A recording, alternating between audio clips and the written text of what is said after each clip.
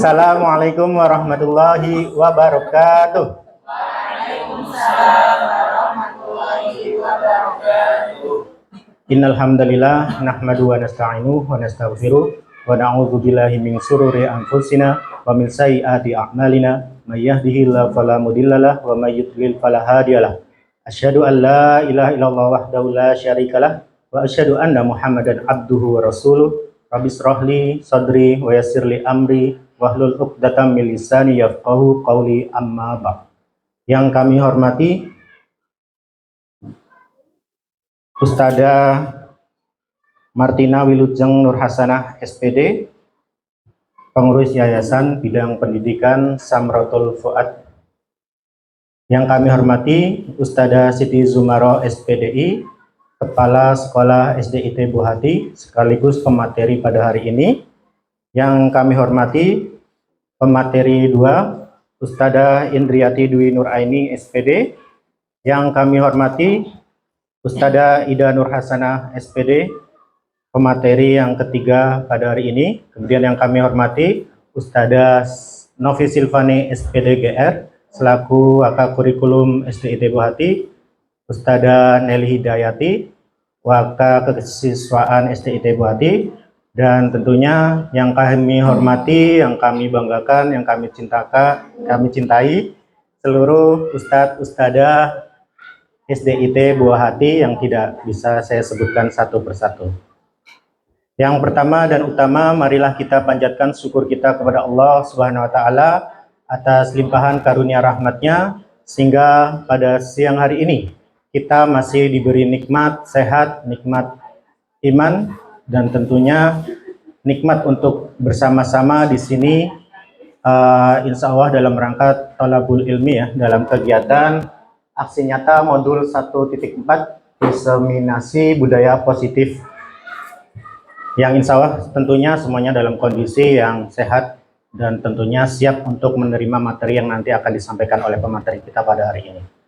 Kemudian salawat serta salam kita aturkan kepada uswah kita, junjungan kita, Nabi besar Muhammad Sallallahu Alaihi Wasallam beserta keluarganya, sahabatnya, dan para pengikutnya hingga yaumil akhir. Dan mudah-mudahan kita semua yang hadir di ruangan ini termasuk salah satu umat beliau yang nantinya kelak berhak mendapat syafaatnya nanti. Amin, amin ya rabbal alamin.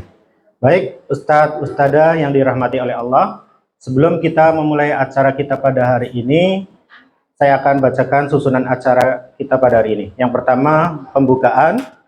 Kemudian yang kedua, tilawah. Yang ketiga, menyanyikan lagu Indonesia Raya dan Mars CSIT. Kemudian yang keempat, sambutan dari yayasan. Kemudian yang kelima, acara inti yaitu presentasi diseminasi budaya positif oleh ketiga pemateri kita pada hari ini. Dan yang terakhir, penutup. Dan untuk menghemat waktu kita pada siang hari ini, marilah kita buka acara kita pada hari ini dengan bacaan basmalah. Bismillahirrahmanirrahim. Kemudian acara yang berikutnya itu tilawah Al-Quran yang pada kali ini akan dibawakan oleh Ustadz baru stok lama ya, yaitu Ustadz Habibun Nazar. Kepadanya dipersilahkan. Assalamualaikum warahmatullahi wabarakatuh. Waalaikumsalam warahmatullahi wabarakatuh. Bismillahirrahmanirrahim. Inna a'tadna lil-zalimina nara ahata bihim suradiquha wa in yastaghithu yughathu bima'in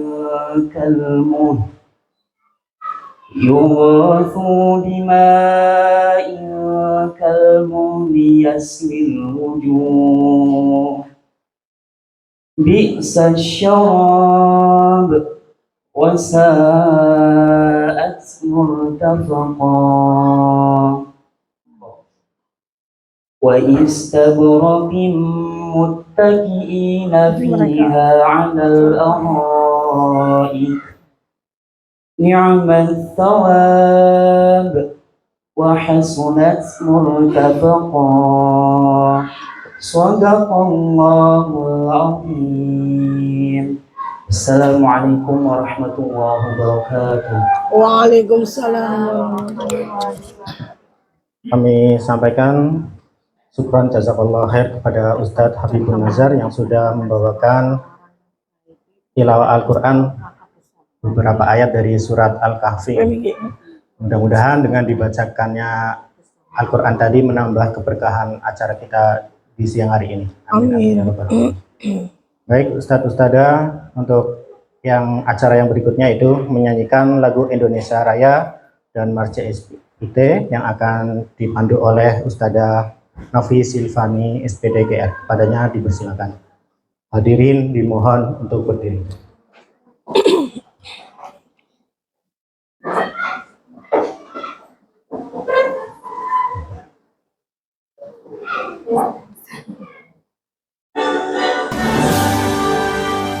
Indonesia tanah airku, tanah tumpah darahmu.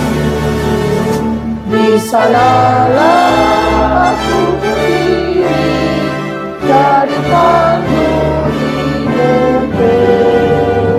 Indonesia kebangsaanku, bangsa dan tanah airku. Marilah kita bersatu, Indonesia bersatu. Hiduplah tanahku, hiduplah negeriku, bangsaku, rakyatku semuanya. Bangunlah jiwanya, bangunlah badannya, untuk Indonesia Raya. Indonesia Raya, merdeka, merdeka, tanahku, negeriku yang tercinta. Indonesia Raya, merdeka, merdeka, hiduplah Indonesia Raya. Indonesia Raya, merdeka, merdeka, tanahku, negeriku yang tercinta. Indonesia Raya, merdeka, merdeka, hiduplah Indonesia Raya.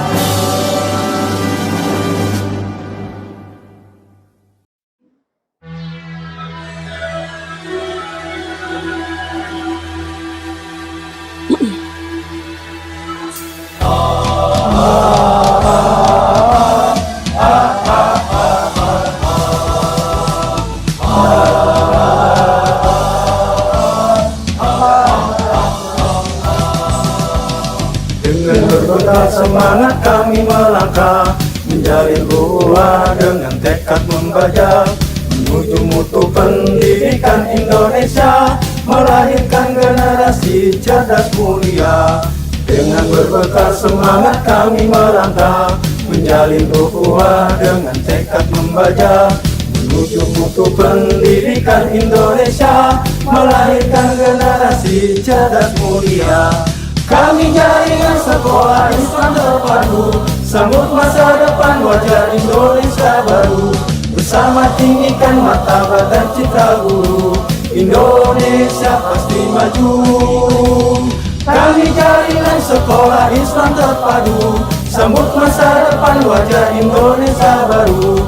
Bersama tinggikan martabat dan citra guru, Indonesia pasti maju. Disinilah tempat kami berkarya, menggapai harapan, meraih cita-cita. Sebagai penggerak dan pemberdaya bangsa, wujudkan masyarakat adil dan sejahtera. Disinilah tempat kami berkarya, menggapai harapan, meraih cita-cita. Sebagai penggerak dan pemberdaya bangsa, wujudkan masyarakat adil dan sejahtera. Kami jaringan sekolah Islam terpadu, batik serentak menyongsong peradaban baru. Bulatkan tekad dan cita membangun bangsa, Indonesia akan berjaya. Kami jaringan sekolah Islam terpadu, batik serentak menyongsong peradaban baru. Bulatkan tekad dan cita membangun bangsa, Indonesia akan berjaya. Indonesia akan berjaya.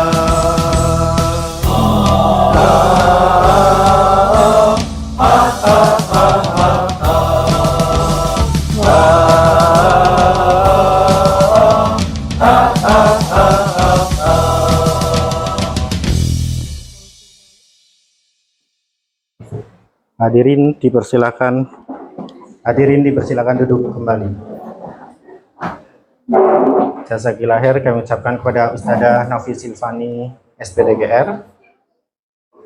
Ustadz-ustadzah, sebelum menginjak acara yang berikutnya, saya ingin nyapa dulu ya Ustadz-ustadzah.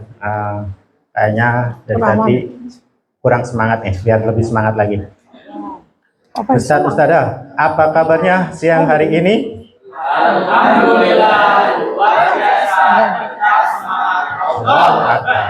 Masya Allah, ternyata energinya masih banyak ya. Jadikan kegiatan hari ini itu sebagai tolabul ilmi yang insya Allah memberatkan timbangan kita di amal ibadah kita di yaumil akhir nanti ya. Dan mudah-mudahan perantara itu kita semua bisa masuk ke surganya Allah. Sebagaimana sabda dari Nabi Muhammad SAW dalam hadis riwayat Muslim, siapa yang menempuh jalan untuk mencari ilmu, maka Allah akan mudahkan baginya jalan menuju surga. Mudah-mudahan sekali lagi lewat perantara kita belajar bersama di sini, kita bisa dimudahkan untuk menuju surganya Allah. Amin, amin ya rabbal alamin.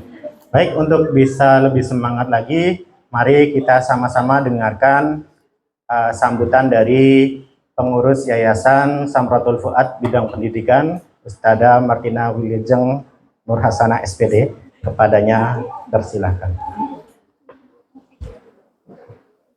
Terima kasih Ustadz Sobirin selaku MC ya. Bismillahirrahmanirrahim. Assalamualaikum warahmatullahi wabarakatuh. Waalaikumsalam warahmatullahi wabarakatuh. Gimana kabarnya Ustadz Ustadzah semuanya? Alhamdulillah, luar biasa, semangat. Alhamdulillah. Semangat ya. Habis makan ikan katanya, jadi harus semangat. Biasanya ayam terus, nah ini baru ikan, jadi semangat ya Ustadz Ustadzah. Alhamdulillahirrabbilalamin. Nasta'inuhu wa nastaghfiruh wa na'udzubillahi min syururi anfusina wa sayyiati amalina. Asyhadu an la ilaha illallah wa asyhadu anna Muhammadan abduhu wa rasuluh, amma ba'du. Alhamdulillah, yang pertama tak pernah lupa untuk mengajak semuanya kita bersyukur kepada Allah atas segala kenikmatan yang Allah berikan kepada kita semuanya, sehingga pada siang hari ini meskipun belum merasakan situasi yang adem di kelas, tapi hangat ini ya, hangat sekali ya. Saya di depan nggak kebagian kipas angin, kayaknya sumuk banget Pak. Semoga nanti bisa segera merasakan kedinginan di dalam kelas ya. Amin. Amin semuanya ya ibu-ibu ya. Bapak-bapak enggak, ini berarti enggak usah bapak-bapak. Oh sudah. Kemudian salawat serta salam tercurahkan kepada junjungan kita Nabi Muhammad SAW beserta para sahabat, keluarga, dan orang-orang yang senantiasa mengikuti risalah beliau. Dan kelak semoga kita mendapatkan syafaatnya di yaumul akhir nanti. Ustadz Ustadzah yang dirahmati oleh Allah ya, pada siang hari ini saya hadir di sini untuk memberikan sambutan ya. Kata Bu Zum, Bu Tina besok hari Rabu ngasih sambutan nggih. Insya Allah siap ya. Sambutan itu kan durasinya cuma 10 menit ya Bu Zum. Kalau jadi pemateri kayaknya belum siap Bu Zum. Tapi kalau hanya sambutan insya Allah siap. Dan dalam acara ini ya kebetulan kaitannya adalah dengan program guru penggerak ya, yang dalam rangka untuk menyelesaikan modul 4.1 apa 1.4. Berarti nggak ngantuk. Ini yang punya modul pada senyum-senyum ya. 1.4 ya, tentang aksi nyata diseminasi budaya. Jadi ini semoga menjadi obat saya bahwa guru penggerak ini adalah program dari pemerintah yang legal ya, dan ini sangat bagus sekali untuk bisa kita ikuti programnya ya. Jadi kalau kemarin itu mikirnya insecure banget ya kan, ngapain sih emang, bahkan kalau di TikTok itu kan ada ya, sekarang S1 biyen kan kanggo ya, saiki ora kanggo. S2 saiki kalah, semuanya itu kalah dengan guru penggerak ya. Semuanya kalah ini kalau dalam institusi negeri ya. Di tempat saya itu berarti guru penggerak itu sesuatu yang istimewa ya. Dan ternyata memang karena memang susah ditempuh ya untuk menjadi seorang guru penggerak ya. Bu Novi sama Bu Nelly ini selamat ya yang sudah duluan ya. Ternyata juga dapat rewardnya juga ada dari pemerintah ya. Saya malah tidak tahu Bu Zum dari awal.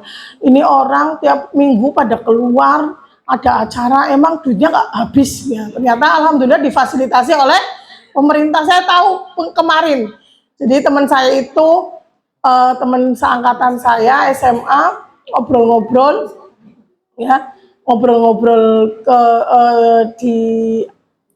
jadi ngajak ketemuan Bu Zum, terus cerita dia bilang gini, Tin, kayak pinter kok orang gue daftar sih eman-eman onyong beus dan sebagainya. Katanya kayak gitu lah, pinter biyen dong sekolah, saya ki mumet mikiri pecah-pecah kayak gitu ya.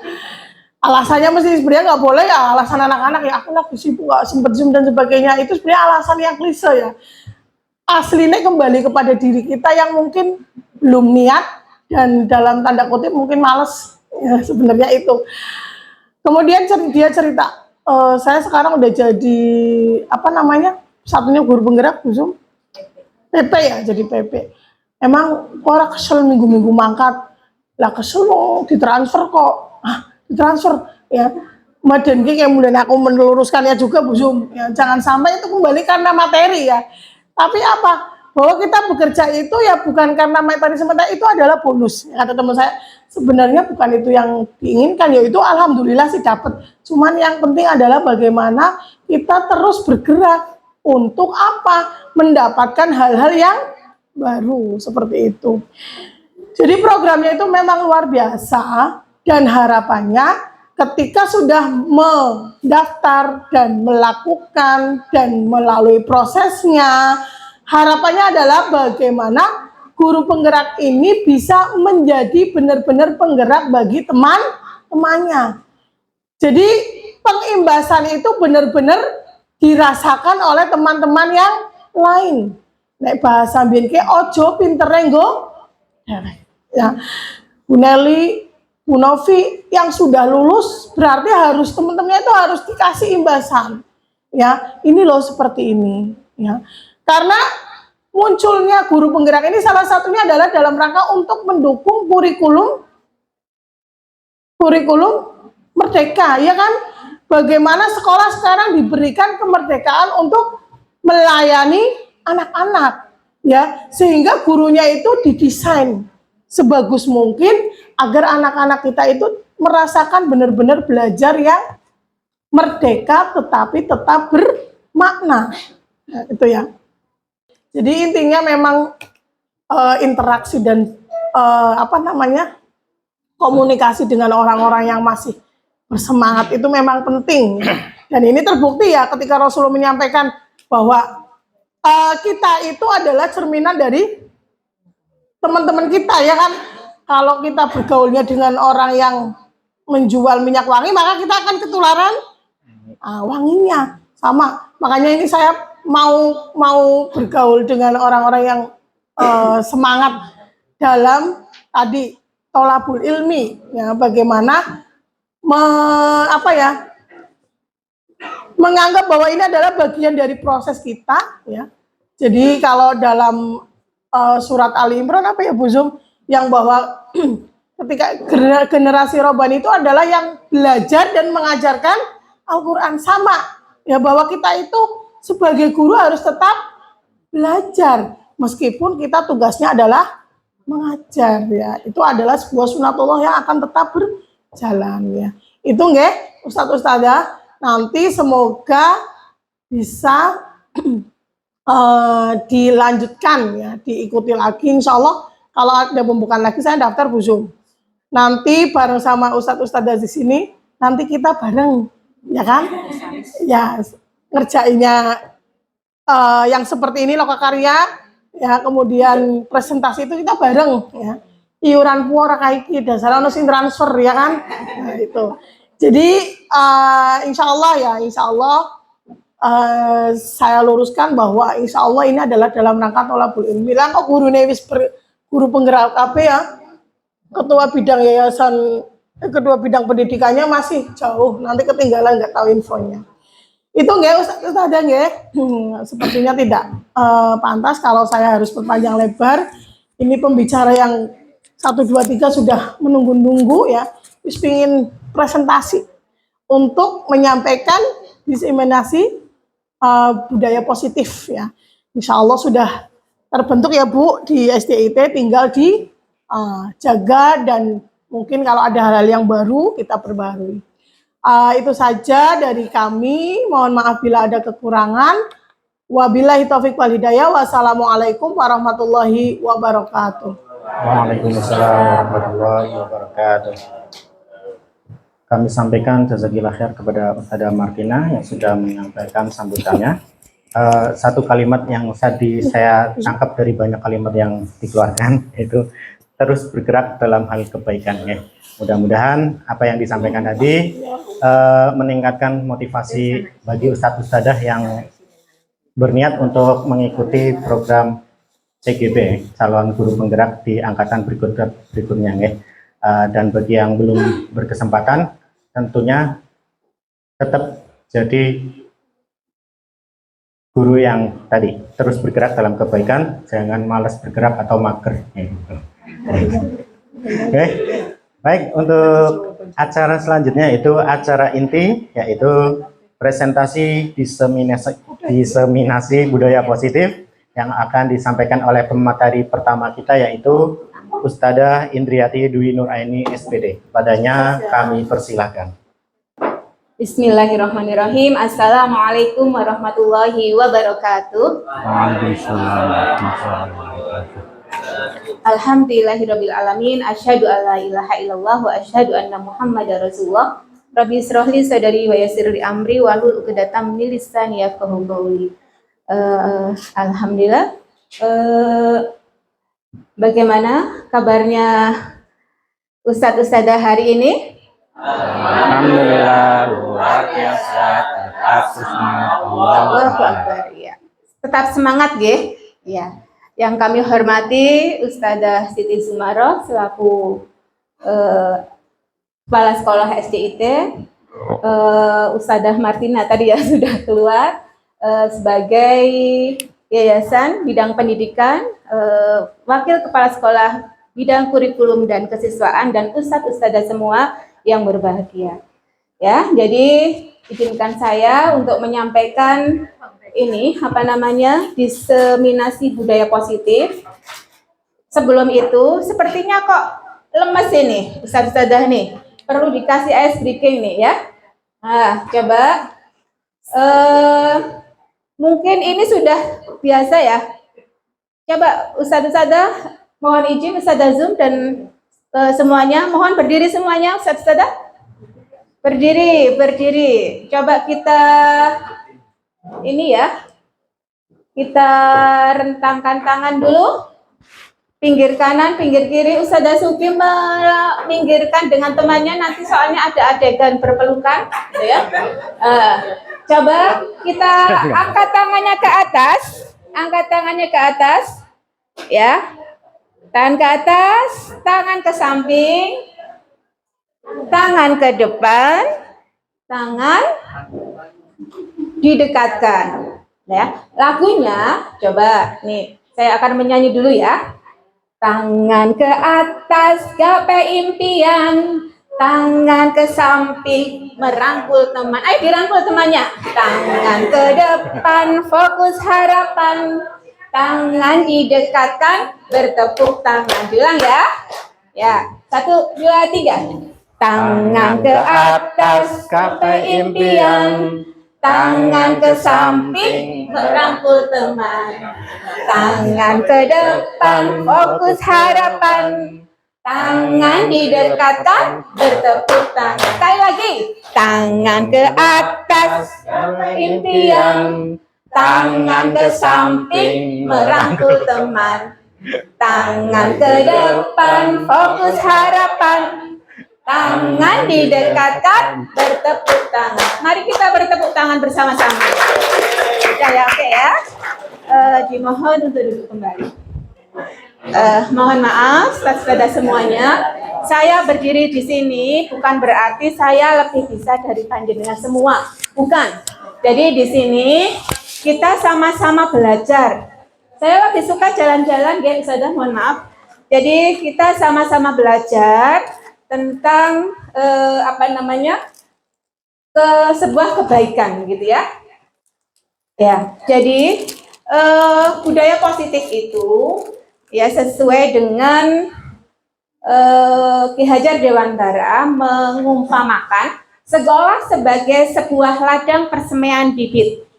Agar bibit bisa berkembang secara maksimal, maka petani dapat memperbaiki kondisi tanah, memelihara bibit tanaman, memberi pupuk dan air, membasmi ulat-ulat atau jamur yang mengganggu bibit tanaman, dan lain sebagainya. Jadi, dari uraian tersebut kita dapat memahami bahwa sekolah dapat diibaratkan sebagai tanah tempat bercocok tanam. Sehingga guru harus mengusahakan sekolah jadi lingkungan yang menyenangkan, menjaga dan melindungi murid-murid dari hal-hal yang tidak baik. Jadi, umpama seorang guru itu adalah sebagai petani, ya Ustaz-Ustazah. Jadi, kalau anak-anak itu adalah sebagai apa tadi? Sebagai bibit tanaman, ya. Kita membawa anak-anak, jangan sampai bibit tanaman yang sudah unggul itu menjadi tidak unggul lagi. Kalau bisa, bibit yang kurang bagus dipegang kita menjadi apa? Sudah menjadi unggul, begitu ya. Jadi yang unggul menjadi lebih unggul, yang kurang unggul menjadi maksimal, gitu. Sekarang yang pertama adalah pemahaman budaya positif. Ini pertanyaan sekitar budaya positif. Satu dalam, mohon maaf, apa itu budaya positif? Apa Tat? Ustadz lama ke budaya positif? Budaya yang di situ kita itu menjadi apa ya? Menjadi tenang, kemudian nyaman, Ya. terus bisa membawa kita ke hal yang baik. Ya. Terima kasih Tat. Ini budaya positif adalah budaya yang nyaman. Di situ kita menjadi tenang dan baik. Coba Ustazah Castin, budaya positif itu apa Us? Saya kok baru masuk ya, Us? Gimana ini? Yang positif aja. Positif itu, bismillahirrahmanirrahim, dia berusaha untuk menjawab. Ini jangan otak, nanti harusnya ya. Ngetok-ngetok soalnya sih. Ya, untuk budaya positif, mohon maaf tadi belum sempat mendengar secara keseluruhan. Untuk dari segi kata positifnya sendiri itu adalah kebaikan, seperti itu ya. Tadi intinya apa-apa yang berkaitan dengan kebaikan pastinya hasilnya nanti akan menimbulkan kebaikan juga. Seperti itu, mohon maaf. Kita upload jawaban dari Ustazah Castin. Saya tidak menanyakan yang sudah lulus guru penggerak ya, pasti bisa menjawabnya dengan baik. Bagus ya, budaya positif itu sudah tersampaikan oleh Ustadz-Ustadzah semua, diwakili oleh Ustadz yang ganteng, siapa tadi? Saya kok lupa, Ustadz Habib dan Ustadzah Castin. Sekarang pertanyaan yang kedua, apakah sekolah kita sudah melaksanakan budaya positif?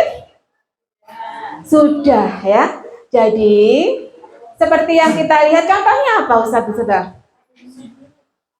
Contohnya makan dengan tangan kanan, baca Al-Quran.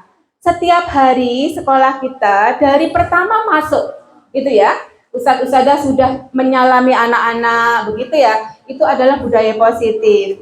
Terus apalagi Asmaul Husna, sholat duha, sholat berjamaah, makan dengan tangan kanan dan lain sebagainya. Termasuk dalam segi life skill, kita sudah menanamkan budaya positif sudah lama, ya. Budaya positif yang sudah ada di kita itu, maka kita harus senantiasa meningkatkannya, ya. Lanjut, jadi budaya positif itu merupakan perwujudan dari nilai-nilai kebaikan atau keyakinan universal yang diterapkan di sekolah. Ya, itu secara teori dan memang harus diterapkan seperti itu. Tapi selama ini kita sebagai guru itu merasa berkewajiban mengontrol perilaku siswa agar memiliki perilaku sesuai yang guru harapkan. Perwujudannya, guru sering memberikan hukuman kepada siswa yang melakukan kesalahan dan memberikan imbalan atau penghargaan kepada siswa yang melakukan perbuatan baik. kita akan lihat bagaimanakah secara teori tentang hukuman, tentang penghargaan, seharusnya kita menyikapi siswa yang berbuat salah itu bagaimana, dan siswa yang berbuat baik itu bagaimana, ya. Mari kita lihat konsep inti budaya positif. Ini tulisannya naik turun tadi malam karena diunduh ya. Jadi yang pertama itu disiplin positif, yang kedua nilai-nilai kebajikan, yang ketiga teori motivasi perilaku manusia, hukuman dan penghargaan, keyakinan kelas, kebutuhan dasar manusia, terus posisi kontrol dan segitiga restitusi. Lanjut. Sekarang adalah menuju ke disiplin positif. Ya. Ketika mendengarkan kata-kata disiplin, kira-kira apa yang ada di benak Bapak Ibu semuanya, ya? Coba sekarang kata disiplin. Saya harus jalan kemana ini? Ke Ustadz Wendy. Ketika mendengarkan kata-kata disiplin, kira-kira apa yang ada di benak Ustadz Wendy? Kalau disiplin sih lebih ke apa namanya, bagaimana kita menaati aturan-aturan yang ada, kemudian kita ikuti aturan itu. Kemudian kalau contohnya yang pastinya itu ya, contohnya kita harus datang tepat waktu. Walaupun saya sendiri kadang tidak tepat waktu. Ya. Itu disiplin. Oh iya.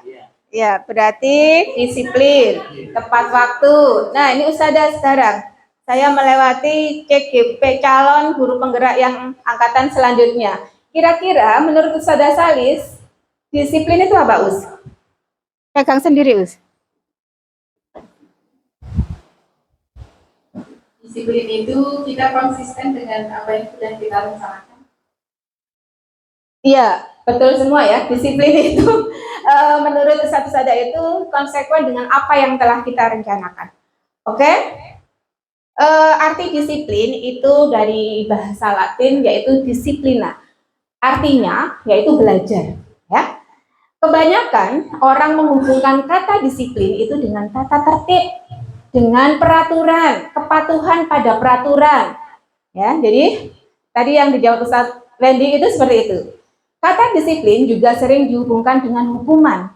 Padahal itu sesungguhnya berbeda karena belajar tentang disiplin positif tidak harus memberikan hukuman. Justru adalah salah satu alternatif terakhir, Ustazah. Kalau perlu tidak digunakan sama sekali. Ya. Jadi kalau murid yang memiliki disiplin positif itu akan memiliki motivasi internal dari dalam yang tinggi dalam menguasai diri untuk melakukan tindakan yang sesuai dengan nilai-nilai kebajikan universal. Sekarang nilai-nilai kebajikan universal itu ya, nanti bisa dibaca sendiri teorinya dari mana-mana.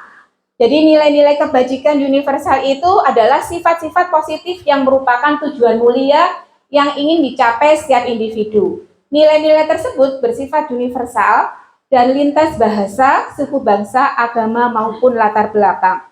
Yang sudah kita laksanakan, ya, yang sering ini nilai-nilai kebajikan yang dicapai oleh setiap anak Indonesia yang kita kenal dengan profil pelajar Pancasila. Yang ini nanti ada hubungannya dengan Ustazah Ida ya, tentang keyakinan kelas, beriman, bertakwa pada Tuhan Yang Maha Esa, berakhlak mulia, mandiri, bernalar kritis, berkebinekaan global, bergotong royong dan kreatif. Sekarang teori motivasi perilaku manusia. Ini saya juga mohon tanggapannya biar tidak ngantuk nih, saya minta tanggapan-tanggapan aja. Sebagai seorang guru, saat Bapak Ibu atau Ustazah itu hadir mengajar di kelas, tepat waktu ya, datang tepat waktu, motivasi apakah yang mendasari tindakan Ustazah?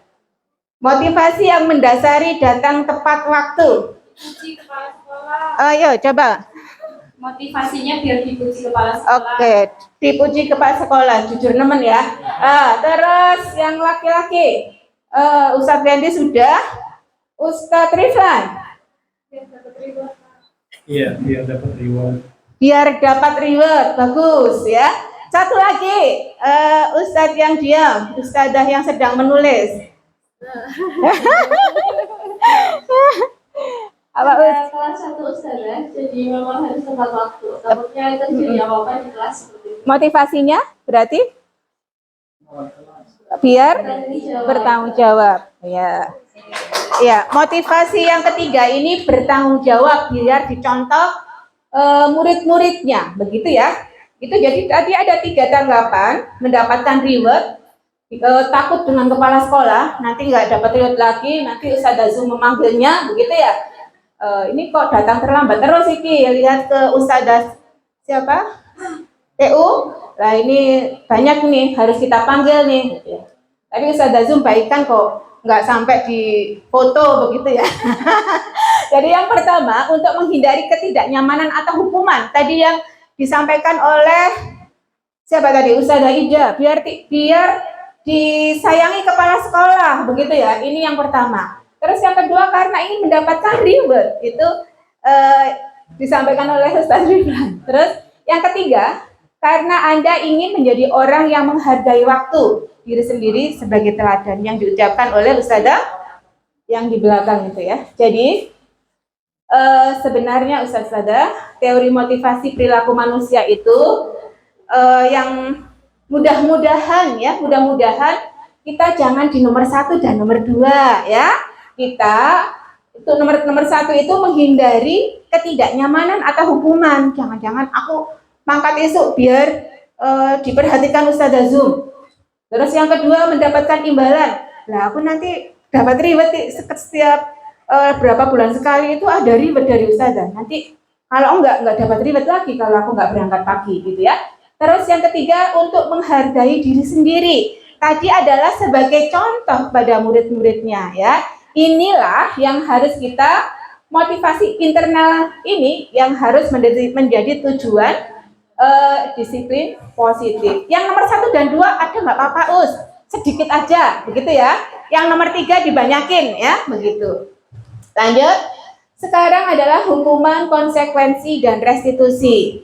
Nah ini tulisannya bubar Ustazah Ida. Jadi perbedaan hukuman dan konsekuensi. Jangan ketawa Ustazah Nelly ya. Jadi hukuman itu adalah sebuah bentuk sanksi ya, akibat langsung dari tindakan melanggar hukum. Biasanya bersifat negatif dan tujuannya itu menghukum. Kalau konsekuensi itu mencakup dampak dari tindakan atau keputusan. Misalkan kalau datang terlambat itu membaca surat Al-Baqarah misalkan kalau kelas tinggi gitu ya. Di depan pintu misalkan. Ya, nah, mari kita lihat selanjutnya. Ini pertanyaan buat ustazah-ustazah semua. Mencatat 100 kali di dalam buku ya dengan kalimat saya tidak akan terlambat lagi karena saya tidak akan terlambat lagi di sekolah. Itu hukuman apa konsekuensi Ustazah? Apa Ustazah ya? Konsekuensi kata Ustazah. Nomor 2 nggak apa-apa Us, bener. Nanti kita lihat kunci jawabannya. Lari mengelilingi lapangan basket 2 kali karena terlambat hadir sekolah. Ustaz MC merupakan apa? Hukuman. Oke. Yang ketiga, murid diminta push up 15 kali karena tidak menggunakan masker ke sekolah itu pas zaman pandemi. Itu merupakan hukuman apa konsekuensi? Hukuman. Menggantikan kertas teman yang telah dicoret-coret itu hukuman apa konsekuensi Ustazah? Konsekuensi. Membersihkan tumpahan air di meja tulis karena tersenggol pada saat belajar. Ustazah Riza ada nggak yang suka senggol-senggol nih? Apa ini? Konsekuensi. Murid disuruh untuk tidak mengenakan sepatu seharian di sekolah karena tidak menggunakan sepatu hitam. Ini hukuman apa konsekuensi? Ustazah Linda. Hukuman kata Ustazah Linda. Lari mengelilingi lapangan basket 2 kali karena terlambat 10 menit untuk pelajaran PJOK. Ustadz PJOK, hukuman apa konsekuensi? Hukuman. Oke, kita lihat kunci jawabannya. Tetot. Inilah ya, jadi yang tadi salah, lari mengelilingi lapangan basket 2 kali karena terlambat 10 menit untuk pelajaran PJOK itu karena pelajarannya Jadi itu merupakan pemanasan. Jadi itu bukan sebuah hukuman, tetapi konsekuensinya seperti itu. Oke? Bisa dipahami nggih, Ustaz-Ustazah? Lanjut biar cepat. Lah ini dihukum oleh penghargaan. Ya, jadi bahwa penghargaan itu berlaku sama dengan hukuman sebenarnya ya. Dalam arti meminta atau membujuk seseorang melakukan sesuatu yang memenuhi suatu tujuan tertentu dari orang meminta atau membujuk. Dorongan eksternal itu akan ada faktor ketergantungan. Ini misalkan gini, anak-anak siapa yang nilainya 100? Ustazah kasih coklat. Bisa ya? Oh saya ini Ustazah bawa coklat buat kamu. Besoknya lagi yang dapat nilai 100 ada lebih banyak. Oh saya mendapatkan nilai 100, saya dapatnya es krim dong gitu ya. Selalu akan meminta lebih, itu tidak bagus ya. Jadi lanjut, dihukum oleh penghargaan ini ada beberapa dampak dari pemberian penghargaan. Pengaruh jangka pendek dan jangka panjang itu penghargaan hukum, penghargaan mengurangi ketepatan, penghargaan itu memang tidak efektif, penghargaan merusak hubungan. Bisa ini yang kita garis bawah ini penghargaan merusak hubungan. Ini biasanya non sewu nggih, kalau mungkin seseorang dikasih reward atas prestasinya gitu ya. Padahal misalkan Pak Wendy itu selalu datang tepat waktu, tidak pernah tepat waktu. Pak Riflan datang tepat waktu, tapi ada yang bolong, tapi yang dikasih reward itu Ustadz Riflan, bukan Ustadz Wendy. Ustadz Wendy jadi dongkol. Bisa nih Pak Riflan, jangan-jangan mereka pas itu tidak ceklok, tidak pinjer gitu ya. Makanya tidak kelihatan gitu. Jadi akan menimbulkan sebuah penghargaan yang merusak hukuman. Padahal harusnya saya tuh yang harus mendapatkan gitu ya. Terus penghargaan menurunkan kualitas. Ya, jadi hanya karena sebuah penghargaan itu adalah sebuah alasan yang kuat kita melakukan hal-hal yang baik. Oke, kita lanjutkan biar cepat. Sekarang restitusi itu nanti akan lebih panjangnya akan disampaikan oleh Ustazah Zum. Kita ini saja ya. Jadi ada hukuman, penghargaan dan restitusi. Restitusi itu adalah sebuah proses menciptakan kondisi bagi murid untuk memperbaiki kesalahan mereka sehingga mereka bisa kembali pada kelompok mereka dengan karakter yang kuat dan lain sebagainya. Nanti lebih jelasnya akan disampaikan oleh Ustazah Zum. Inilah bedanya antara hukuman, konsekuensi, dan restitusi. Nanti Ustazah bisa membacanya ya, atau bisa bisa nanti akan diulang oleh Ustazah Zum. Sesuatu yang menyakitkan harus terjadi. Jangan-jangan nanti ketika kita sudah di jalan ketemu dengan murid yang tidak menyapa kita, jangan-jangan anak-anak kita itu dendam sama kita. Karena apa Ustazah? Karena dulu pernah dihukum, begitu ya. Ngapain sih nanyain Ustazah? Karena apa? Karena saya dulu pernah dipermalukan di depan umum, gitu ya. Menegurnya di depan kelas sehingga saya malu. Ngapain saya tanya, gitu ya. Konsekuensi itu sesuatu yang harus terjadi. Restitusi itu adalah merupakan jalan pilihan, ya. Nanti akan dikupas tuntas oleh Ustazah Zum. Lanjut ya. Jadi ciri-ciri restitusi ada 9. Ini materi saya sudah selesai ya Us ya. Jadi nanti dilanjutkan oleh Ustazah Ida tentang lupa saya. Keyakinan kelas. Begitu yang bisa saya sampaikan. Mohon maaf apabila ada salah kata. Itu datangnya dari saya sendiri, apabila ada kebenaran datangnya dari Allah. Al-haqqu bi rabbika fala takunanna minal mumtarin. Wassalamualaikum warahmatullahi wabarakatuh. Waalaikumsalam warahmatullahi wabarakatuh. Berikan tepuk tangan yang ada. Saya Sabi Lahir kami sampaikan kepada Ustazah Indriati Dwi Nuraini SPD yang sudah menyampaikan materi pertama ya, tentang budaya positif yang di dalamnya ada hukuman dan konsekuensi ya. Alhamdulillah kita jadi tahu apa itu hukuman, apa itu konsekuensi. Baik, untuk menghemat waktu, langsung kita menuju ke materi berikutnya yang akan disampaikan oleh pemateri kedua yaitu Ustazah Ida Nur Hasanah SPD. Kepadanya waktu dipersilakan. Bismillahirrahmanirrahim. Assalamualaikum warahmatullahi wabarakatuh. Waalaikumsalam warahmatullahi wabarakatuh. wabarakatuh. Masih semangat Ustadz Ustadzah? Coba saya sapa dulu ya. Bagaimana kabarnya hari ini? Alhamdulillah Luar biasa, tetap semangat. Allahu Akbar. Bismillahirrahmanirrahim. Bismillahirrahmanirrahim. Wassalatu wassalamu ala Rasulillah wa ala alihi wa sahbihi wa man wala. La haula wa la quwata illa billah. Asyhadu an la ilaha illallah wa asyhadu anna Muhammadar Rasulullah. Terima kasih ya atas waktunya ya. Kepada yang terhormat Ustazah Zumaro selaku Kepala SDIT Buah Hati, kepada Ustazah Novi Silvani selaku Waka Kurikulum, dan kepada Ustazah Nelly Hidayati selaku Waka Kesiswaan, serta Ustadz Ustazah yang saya banggakan ya, yang alhamdulillah bisa menyempatkan waktunya untuk hadir di siang hari ini ya. Saya ucapkan terima kasih. Saya akan melanjutkan materi tentang diseminasi budaya positif ya. Tadi Ustazah Indri sudah menyampaikan tentang banyak sekali materi nggih. Ada disiplin positif, kemudian ada apalagi tadi Ustazah? Ada motivasi ya, motivasi, kemudian ada hukuman dan penghargaan. Nah, di sini saya akan menyampaikan tentang budaya positif selanjutnya, yaitu keyakinan kelas dan kebutuhan dasar manusia. Apa sih keyakinan kelas? Keyakinan kelas itu merupakan sesuatu yang dapat diterapkan di lingkungan kelas. Pembuatan keyakinan kelas itu melibatkan semua warga kelas melalui kegiatan menyampaikan pendapat ya. Jadi keyakinan kelas ini kita buat bersama-sama dengan anak-anak didik kita yang ada di kelas itu. Nah, apa sih tujuannya? Tujuan dibentuk keyakinan kelas adalah menciptakan lingkungan kelas yang aman, nyaman, dan menyenangkan bagi siswa.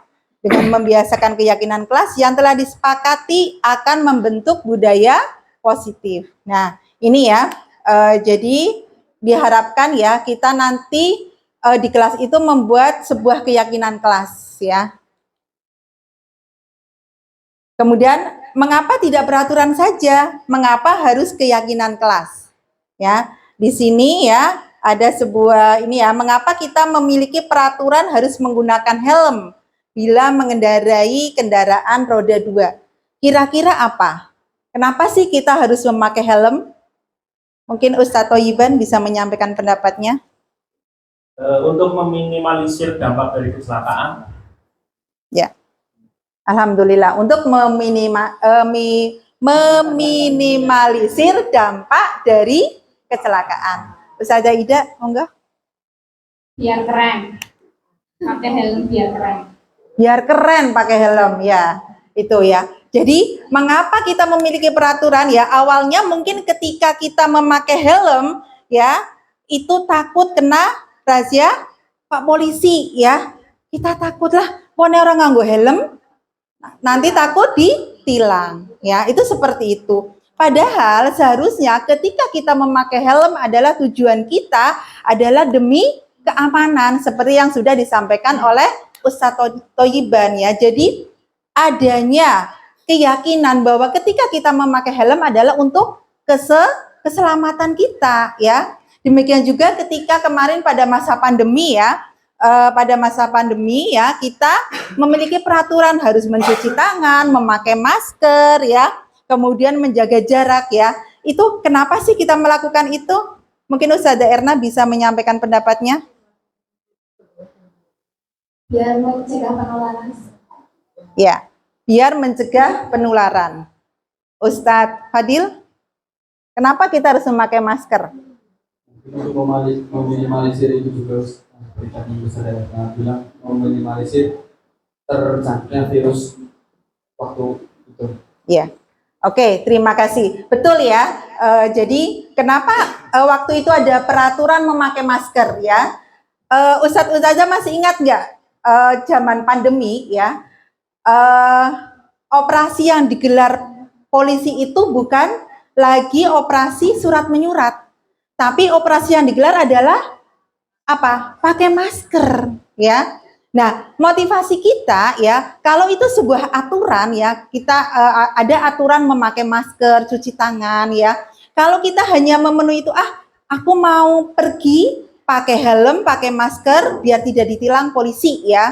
Itu sebenarnya itu kan ada sebuah peraturan. Tapi kalau kita tadi yang sudah disampaikan oleh Ustazah Indri ya, itu termotivasi dari dalam diri kita bahwa ketika kita pakai masker, pakai helm itu untuk keselamatan diri kita ya. Jadi di sini perlu dibangun keyakinan. Keyakinan untuk apa? Keyakinan untuk menjaga kesehatan ya. Mungkin itu. Jadi kenapa tidak peraturan? Kenapa keyakinan? Peraturan memang harus ada, tapi yang lebih penting lagi adalah menimbulkan keyakinan dalam diri kita, motivasi supaya kita melakukan peraturan itu bukan karena orang lain, tapi untuk keselamatan diri kita sendiri. Nah, dengan adanya peraturan-peraturan tadi ya yang di kelas, misalkan datang tepat waktu, ya kemudian memakai alas kaki ya, kita terapkan ada peraturan itu, kemudian kita terapkan, kita katakan kepada anak-anak, nah kalau kamu datang tepat waktu ya, kamu pasti akan lebih siap untuk belajar. Nah, kalau kamu datang tepat waktu ya, pasti kamu akan lebih semangat lagi untuk belajar. Jadi kita pahamkan kepada anak-anak, berarti nilai yang diterapkan apa Ustazah? Disiplin, ya disiplin. Atau peraturan selanjutnya. Dengan ketika kita menerapkan itu ya, akan terjadi lingkungan yang positif sehingga karena tadi apa menimbulkan budaya positif buat anak-anak kita ya. Tadi sudah disampaikan ya, alhamdulillah sekolah kita itu termasuk sekolah yang mempunyai budaya positif itu luar biasa, bahkan sudah diadopsi oleh sekolah-sekolah negeri ya. Rekan kita ya yang dari sini ya, kemarin kebetulan satu kelas dengan saya ya, Ustadz Azhar Kusuma ya, masih ingat Ustadzah? Nah, itu beliau juga alhamdulillah mengadopsi pembiasaan-pembiasaan di sini itu di SD negerinya ya. Saya bilang Tat, saya bukan bilang Tat ya, karena sudah di luar Pak Azhar, kalau di sekolah negeri memungkinkan nggak sih sholat duha? Ternyata jawabannya memungkinkan sekali ya. Tinggal bagaimana wali kelasnya, gurunya itu mengkondisikan anak-anak. Jadi memang semuanya ya seperti tadi sudah dikatakan bahwa kita adalah sebagai seorang petani. Bagaimana kita bisa mendidik anak-anak kita itu punya karakter yang baik itu tergantung dari diri kita ya. Itu mungkin itu ya yang pembiasaan positif itu di SD itu banyak sekali, mulai dari berangkat sekolah sampai pulang sekolah ya, itu seperti itu. Nah, di sini ada dua gambar ya. Saya minta pendapatnya ya, yang mana yang merupakan keyakinan kelas. Mengapa ya? Di sini ada gambar kesepakatan kelas. Dua-duanya adalah sama-sama kesepakatan kelas. Yang pertama itu datang tepat waktu, ya mengucapkan salam ya. Kemudian yang gambar satunya adalah kami guru dan murid saling menyayangi. Nah, pertanyaannya mana yang merupakan keyakinan kelas? Coba saya minta pendapatnya Ustazah Yasmin. Saya yang kedua, Us. Kenapa, Us? Karena itu yang kedua, kami guru dan murid saling menyayangi, meyakini bahwa kita saling sayang dan akan menciptakan kenyamanan sehingga anak-anak akan patuh terhadap gurunya. Ya, terima kasih. Betul sekali ya. Tidak ada jawaban yang salah. Kita sama-sama di sini adalah untuk berdiskusi. Monggo Ustazah bisa. Yang merupakan keyakinan kelas. Gambar satu ada dua. Dua berarti. Kesepakatan kelas. Tidak kelihatan ya? Ustazah Nias kelihatan? Tulisannya burem. Oke. Ternyata dari belakang nggak kelihatan. Oke, saya minta pendapat Ustadz saja, Ustadz Wendy. Monggo silahkan. Kira-kira mana yang termasuk keyakinan kelas, Tad?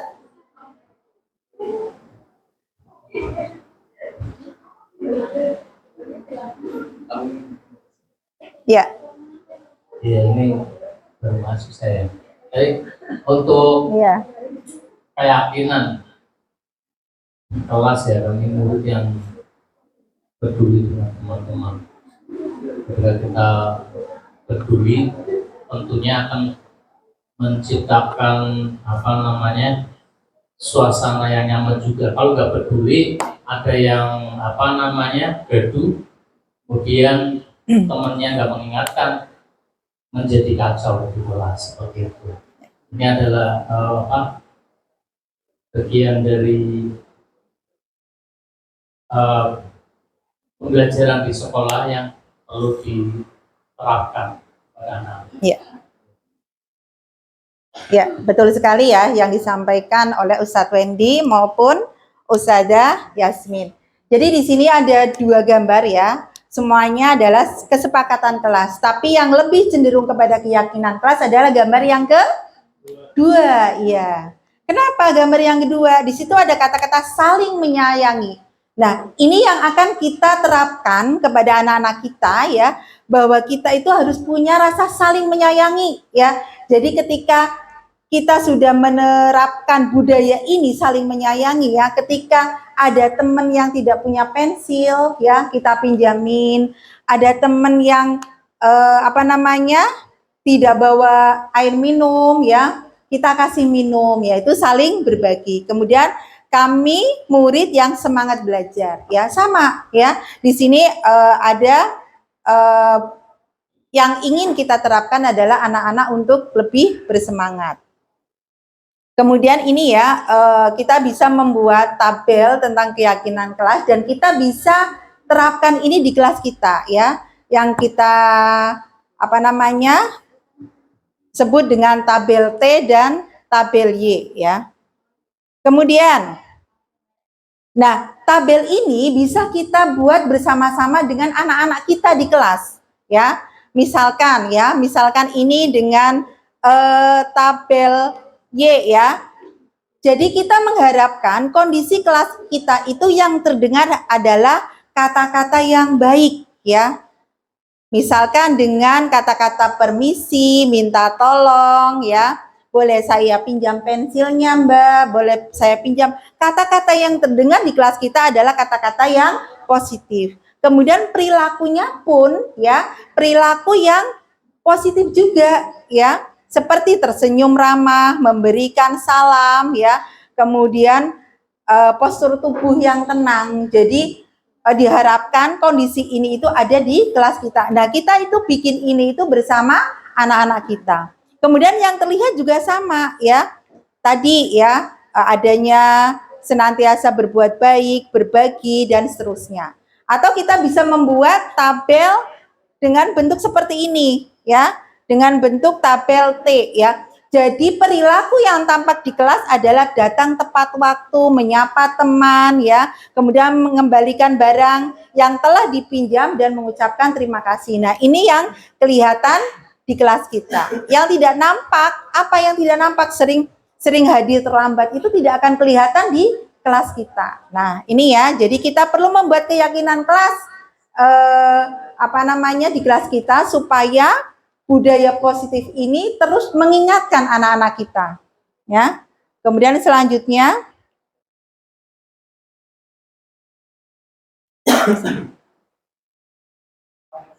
ini tadi sudah ya.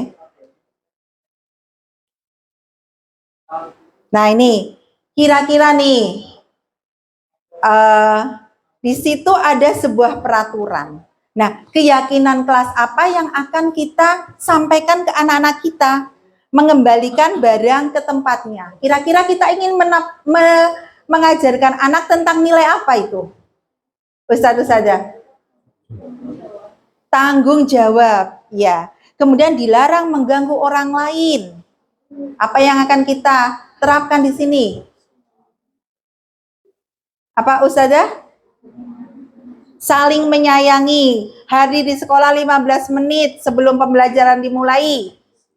Disiplin, pintar, dilarang melakukan kekerasan. Saling menyayangi, kemudian bergantian atau menunggu giliran. Disiplin, ya, berjalan di kelas. Dengan berjalan di kelas dan koridor ya, maksudnya ini berarti menggunakan alas kaki kalau di luar. Berarti melatih tentang kedisiplinan, ya. Nah, ini Betul semua ya yang Ustazah sampaikan ya. Inilah ya yang ini keyakinan kelas ini. Keyakinan kelas ini yang akan kita bangun ya. Jadi rasa tanggung jawab, menghormati orang lain, disiplin, bersabar ya. Nah, ini yang akan kita bangun ke anak-anak didik kita ya. Jadi perlunya keyakinan kelas adalah lebih kepada motivasi melakukan itu karena kesadaran. Itu nggih. Kemudian selanjutnya ya. Nah, ini tentang keyakinan kelas, insya Allah sudah paham nggih, Ustadz-Ustadzah semua nggih. Mudah-mudahan nanti kita bisa menerapkan ini ya, membuat keyakinan kelas di kelas kita masing-masing. Kemudian yang selanjutnya adalah kebutuhan dasar manusia. Kebutuhan dasar manusia adalah segala sesuatu yang kita lakukan untuk mendapatkan apa yang kita inginkan. Seluruh tindakan yang kita lakukan memiliki tujuan tertentu dan semua usaha terbaik yang kita lakukan adalah dalam rangka kebutuhan dasar kita supaya terpenuhi dengan baik ya. Tentunya ya kita sebagai manusia itu memiliki 5 kebutuhan dasar. Apa sih kebutuhan kita? Yang pertama jelas ya, kebutuhan untuk bertahan hidup ya. Seperti apa Ustadz-Ustadzah? Supaya kita bisa bertahan hidup. Ya, kita butuh makan ya. Hari ini ada yang belum makan siang? Sudah semua ya, alhamdulillah. Berarti kebutuhannya sudah terpenuhi ya. Kebutuhan untuk makan, berpakaian, punya tempat tinggal, keamanan dan kesehatan. Itu adalah kebutuhan hidup. Dan yang kedua adalah kebutuhan kasih sayang dan rasa diterima. Nah, ini ya, kebutuhan kasih sayang ya.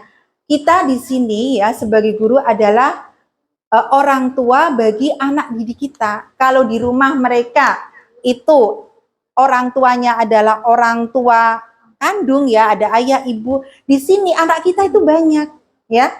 Saya sering katakan kepada anak-anak saya ya, nah kalau kalian berbuat salah pasti yang dipanggil itu ustazah, karena ustazah itu orang tua kamu di sini ya. Jadi mari bekerja sama supaya apa? Supaya kalian bisa nanti berakhlak baik. Kalau ada apa-apa silahkan laporkan ke ustazah sebagai orang tua kalian di sekolah. Jadi mereka ya itu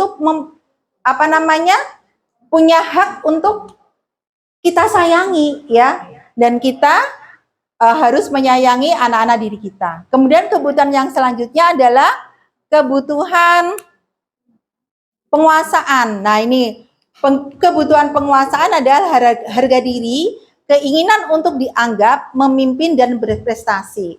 Jadi semua anak itu tadi sebenarnya punya bakat sendiri-sendiri ya. Jadi semua anak kita kasih kesempatan untuk menjadi seorang pemimpin ya. Jadi tidak ada yang merasa aku saja itu seperti itu. Jadi kita kasih kesempatan yang sama kepada anak-anak kita. Kemudian selanjutnya adalah kebutuhan kebebasan, mandiri, memiliki pilihan dan mencoba hal yang baru. Yang selanjutnya adalah kebutuhan kesenangan. Ya, jadi di sini anak-anak kita ya, anak-anak SD memang mereka itu suka bermain, suka bercanda. Tinggal kita bagaimana mengarahkan. Ada saatnya untuk belajar, ada saatnya untuk bermain. Nah, ini ada sebuah cerita ya, nanti kira-kira kita sebagai guru apa sih tindakan kita ya terhadap cerita ini ya. Ini ada Dinda. Dinda itu seorang anak kelas 3 SD ya. Begitu tiba di rumah sepulang dari sekolah, Dinda itu menangis dan mengadu kepada ibunya bahwa dia benci pada Ibu Rani, gurunya. Di sini nggak ada ya yang namanya Ustazah Rani ya. Nah, ini hanya sebuah cerita. Menurut Anda, kebutuhan apa yang harus dipenuhi oleh Dinda? Jika jawaban Dinda nanti seperti ini, nanti saya tampilkan. Apa sih jawaban Dinda ya? Jadi Dinda ini anak kelas 3, pulang-pulang sekolah nangis. Biasanya kita dapati ya, anak-anak kita pulang nangis cerita sama ibunya, kadang ustazahnya malah nggak tahu. Ya, oh iya ngapunten, akhirnya yang ngapunten, terus kita nanti cross-check-nya pagi hari. Nah, menurut Anda, kebutuhan apa yang harus dipenuhi oleh Dinda jika jawabannya seperti ini? Nanti saya tampilkan. Bila Anda berada pada posisi Bu Rani dan mendengar informasi dari ibunya Dinda.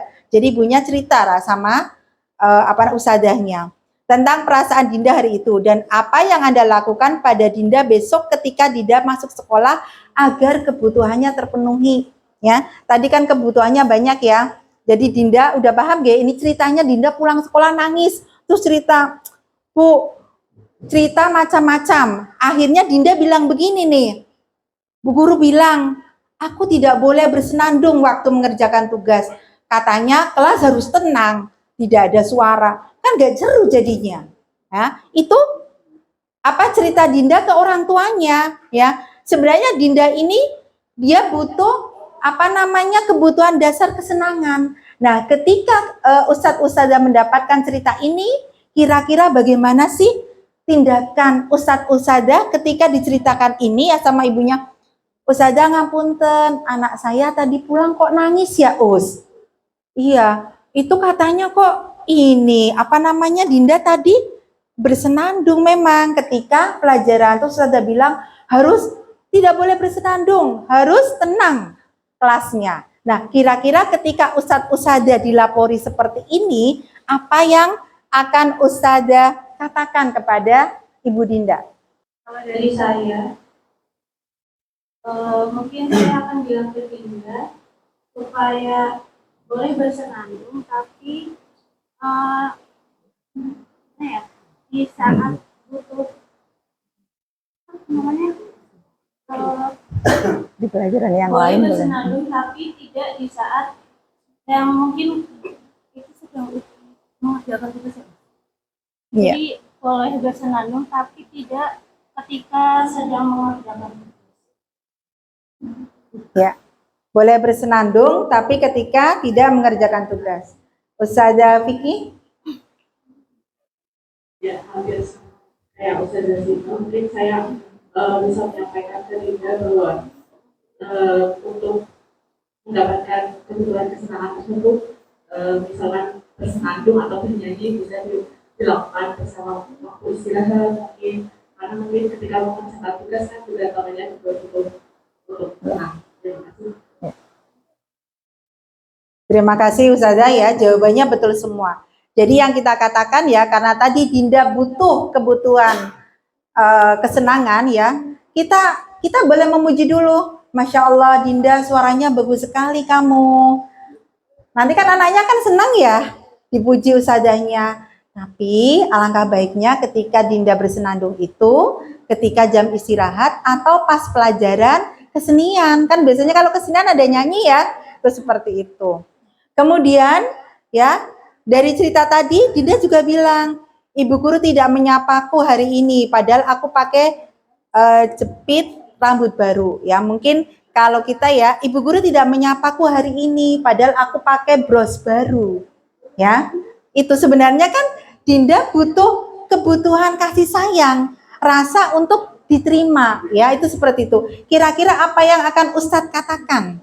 Kalau misalkan dapat laporan seperti itu, wah bu gurunya orang nyapa aku, padahal aku pakai bros baru. Kira-kira apa Tat yang disampaikan ke Dinda?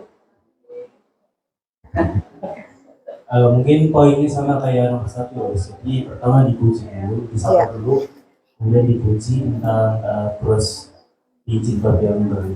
Iya. Terima kasih, betul sekali ya. Jadi iya, anak itu kadang butuh pengakuan. Wong kita saja maaf, kadang nih ada ustadz-ustadzah yang jilbabnya baru, dicuekin sama teman sebelahnya aja kadang merasa tidak, tidak sayang. Padahal kalau misalkan nih Ustazah Yati pakai jilbab baru, terus saya bilang, Masya Allah Ustazah jilbabnya baru, bagus sekali, beli di mana Us? Nanti kan Ustazah Yati akan bercerita dengan senang sekali. Oh ya saya beli di sini, harganya berapa Us? Oh harganya sekian, nitip dong kalau ke sana lagi. Ya, dia merasa kebutuhan tadi merasa diterima itu sudah terpenuhi ya. Begitu nggih?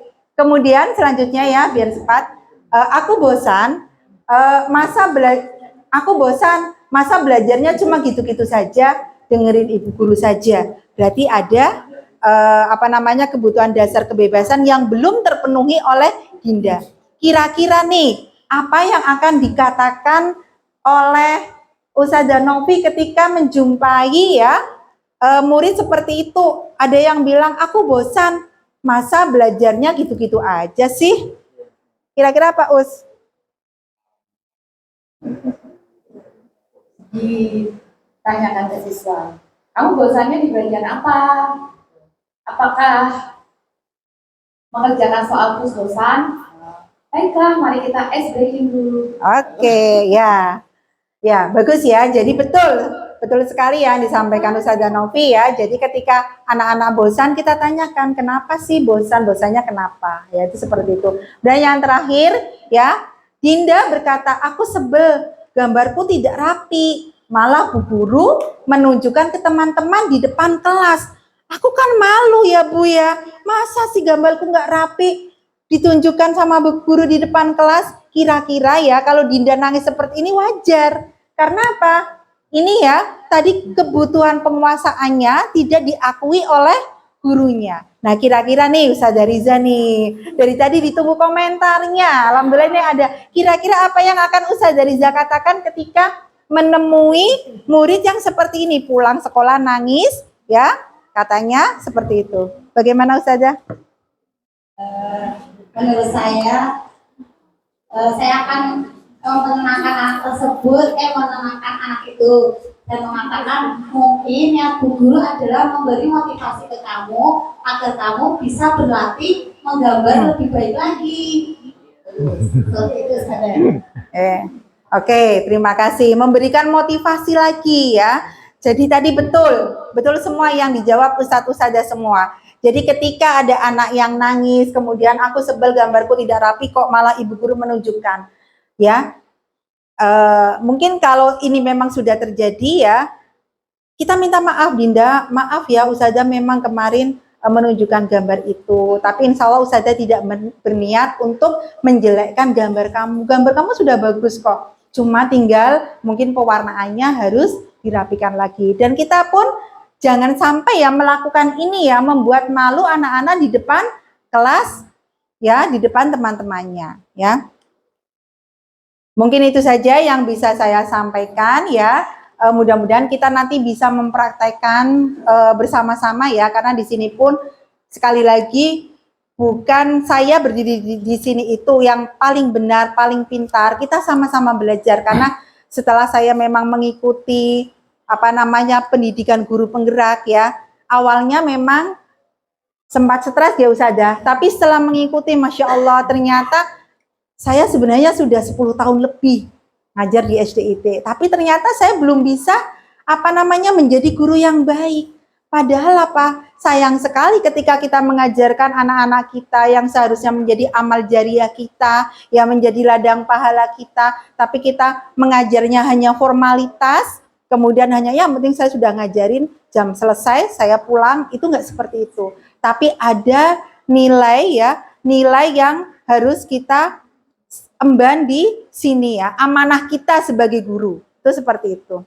Jadi itu saja ya, nanti insya Allah akan dijelaskan lebih lanjut bagaimana kita menangani anak-anak didik kita ya yang banyak masalah, kemudian sering gaduh ya, bagaimana sih kita supaya menangani anak-anak kita dengan tepat. Nanti insya Allah akan lebih lanjut dijelaskan oleh Ustazah Zumaroh. Terima kasih atas perhatiannya ya. Kurang lebih mohon maaf. Wabillahi taufik wal hidayah. Assalamualaikum warahmatullahi wabarakatuh. Waalaikumsalam warahmatullahi wabarakatuh. Oke, beri tepuk tangan yang meriah untuk Ustazah. Alhamdulillah.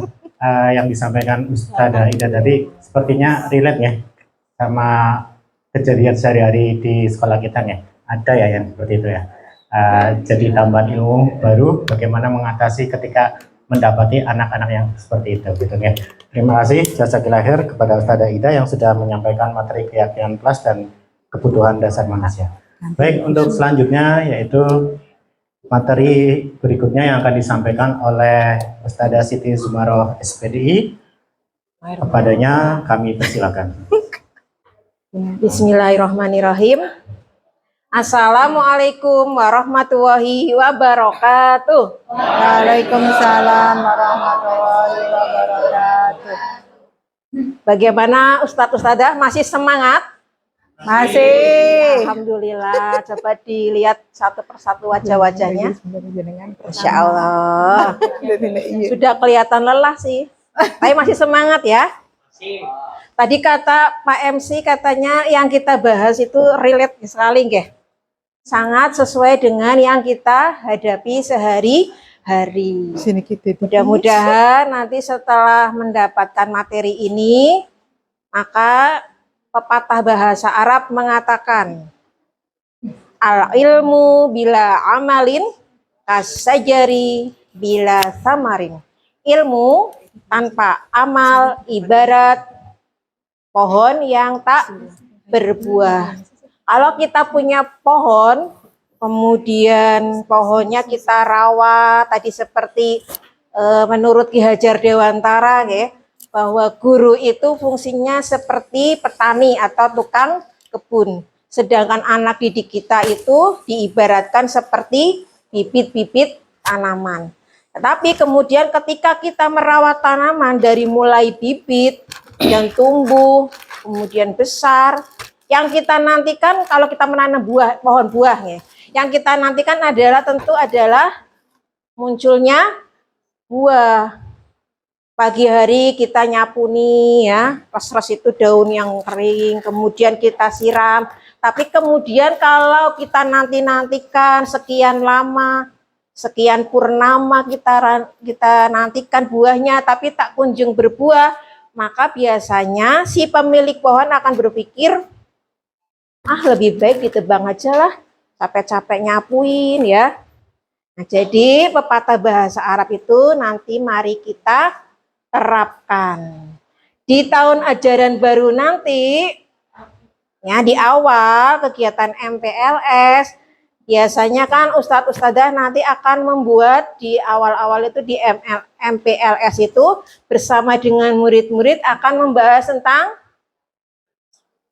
biasanya kalau dulu-dulu biasanya bahasanya adalah peraturan kelas ya, atau kesepakatan kelas. Nah, nanti karena tadi sudah mendapatkan materi dari Ustadzah Ida yang sangat jelas sekali, maka kita akan merubahnya menjadi keyakinan kelas.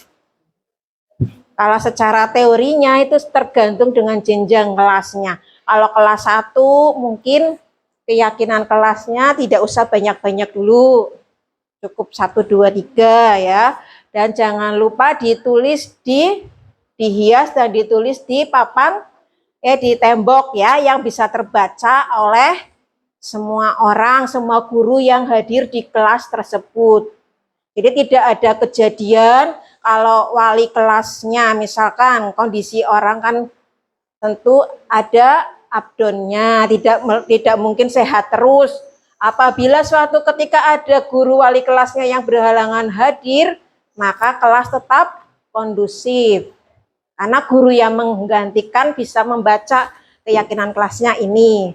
Dan dipastikan murid-muridnya sudah sangat memahami, karena proses membuat keyakinan kelasnya juga murid-murid dilibatkan. Demikian juga nanti insya Allah ke depan untuk guru-guru, kalau saya sebagai kepala sekolah membuat keyakinan kalau wali kelas membuat keyakinan kelas, kalau saya membuat keyakinan sekolah ya. Nanti ustadz-ustadzanya di IHT pertama nanti kita akan bareng-bareng merumuskan kira-kira keyakinan sekolah yang seperti apa yang akan kita terapkan. Udah tadi materinya Ustadzah Indri tentang motivasi, ada 3 motivasi dari luar itu ada 2 macam. Seseorang melakukan sesuatu karena takut hukuman, takut dipanggil kepala sekolah. Seseorang melakukan sesuatu karena mengharap imbalan reward. Ya biar dapat reward, nanti kan Ustadzah Zoom kan ngerekap 1 semester.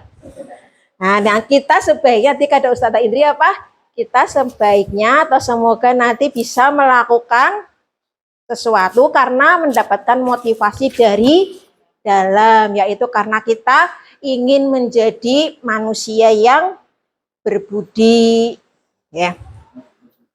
Kemudian dalam penerapannya tentu menegakkan budaya positif itu tentu ada, tidak melulu manis-manis ya Ustadz. Pasti nanti kita akan mendapati guru atau kalau saya guru, mendapati siswa yang terkadang tidak sesuai dengan ekspektasi kita, tidak sesuai dengan harapan. Nah tadi Ustadz Aida juga sudah menjabarkan dengan sangat jelas bahwa ternyata segala sesuatu tindakan itu yang terlihat di luar itu tindakannya seperti itu. Yang tidak terlihat adalah mungkin dari 5 kebutuhan dasar manusia ada 1 atau 2 kebutuhan yang tidak terpenuhi. Nah ini sebagai guru kita harus memahami. Jadi semoga setelah mendapatkan materi ini kita tidak gampang menghakimi siswa atau menghakimi guru ya. Tidak gampang menjudge. Ya, saya punya videonya tapi kok tak cari di link itu enggak ada ya. Next. Ini tadi ya konsep inti budaya positif itu banyak sekali. Terima kasih Ustazah Idris sudah menyampaikan banyak. Ada 8 dan saya hanya 2. Alhamdulillah ya. Jadi sudah paham ya, sudah sangat jelas sekali nggih. Saya akan menjelaskan tentang posisi kontrol guru dan segitiga restitusi. Nah ini di dalam mengontrol perilaku murid-murid kita itu seorang guru setidaknya ada 5 tipe atau ada 5 posisi. Nanti kita bisa merenung, introspeksi, kira-kira biasanya ketika kita menghadapi permasalahan siswa atau kasus siswa, kira-kira kita mengambil posisi yang mana? Yang pertama ada posisi sebagai posisi sebagai penghukum.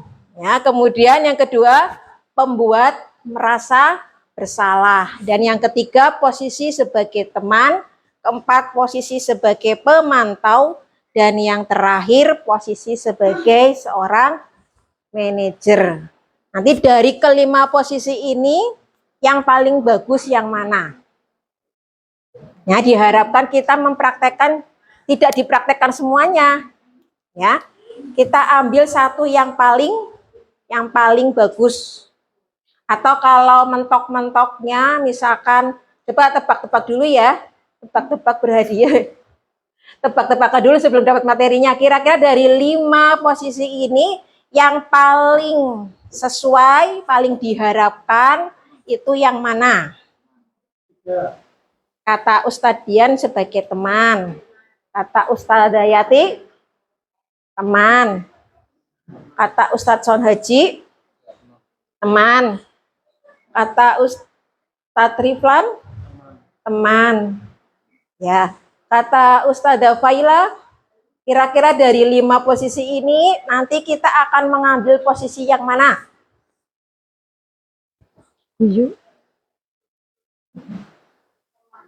Teman.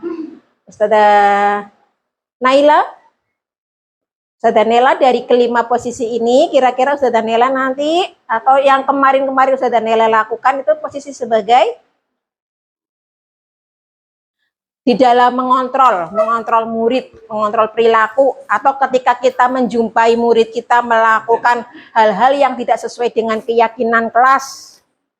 Atau guru, kalau guru tidak melakukan sesuai dengan keyakinan sekolah, kira-kira sebagai kepala sekolah harusnya mengambil posisi sebagai ada yang pemantau, ada yang teman.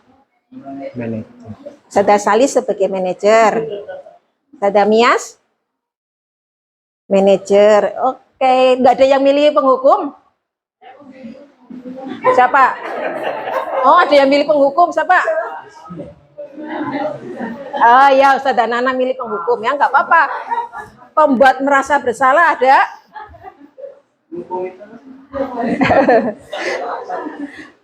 Nanti kalau di rumah sama di sekolah kira-kira kita memilihnya beda apa sama? Kalau dengan murid kita milihnya teman, kalau dengan anak sendiri milihnya penghukum.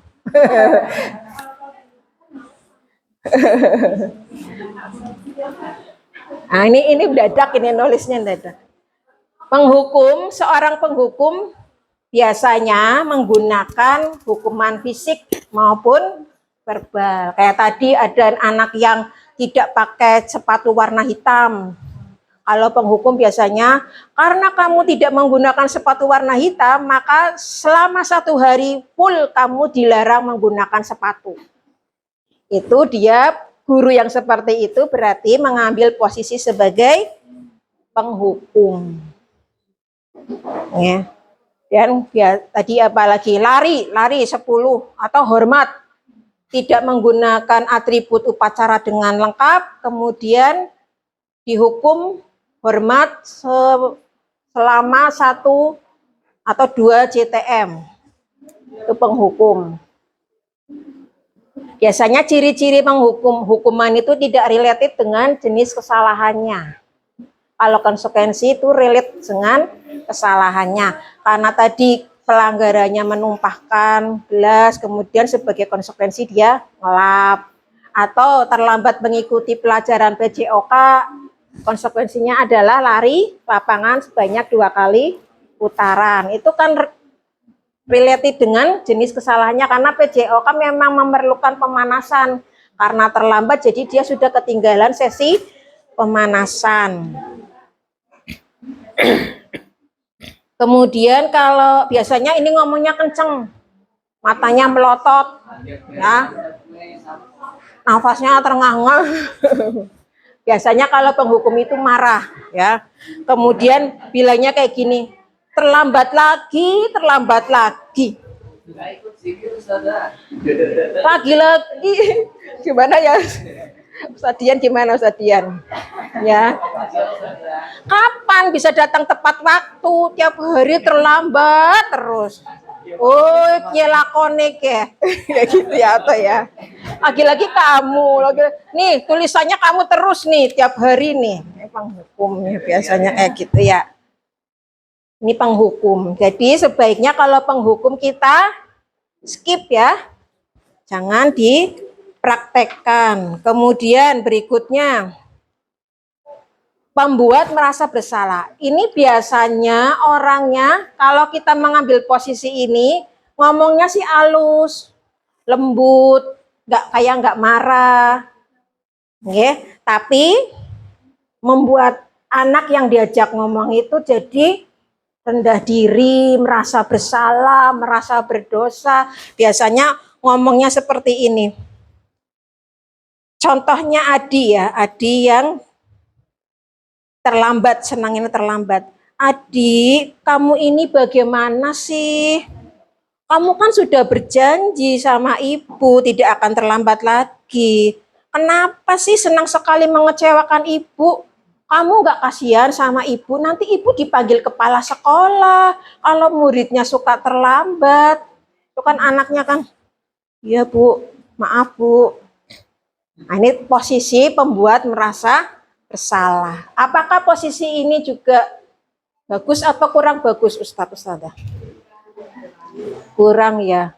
Walaupun ngomongnya halus, tapi kan menjadikan anaknya kayak, iya aku kok selalu berbuat salah sih, aku nggak pernah.